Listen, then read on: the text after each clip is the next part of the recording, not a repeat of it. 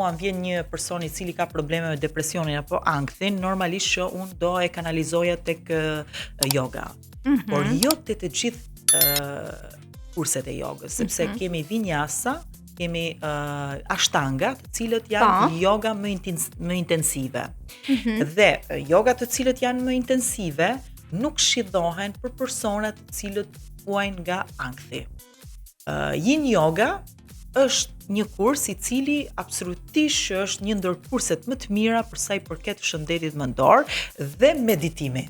Meditimi është një ndër elementet më të rëndësishëm për sa I përket shëndetit, si mendor ashtu e fizik, sepse çfarë bën?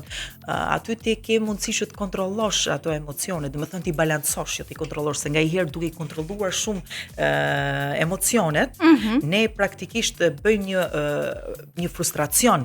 Në sa më shumë ti kontrollojmë, aq më keq, sepse në një moment ato duhet të shkarkohen dhe mund të shkarkohen dhe në një ankth somatik. Por mënyra më mirë për t'i shkarkuar një është meditimi, është aktiviteti fizik jo shumë intensiv,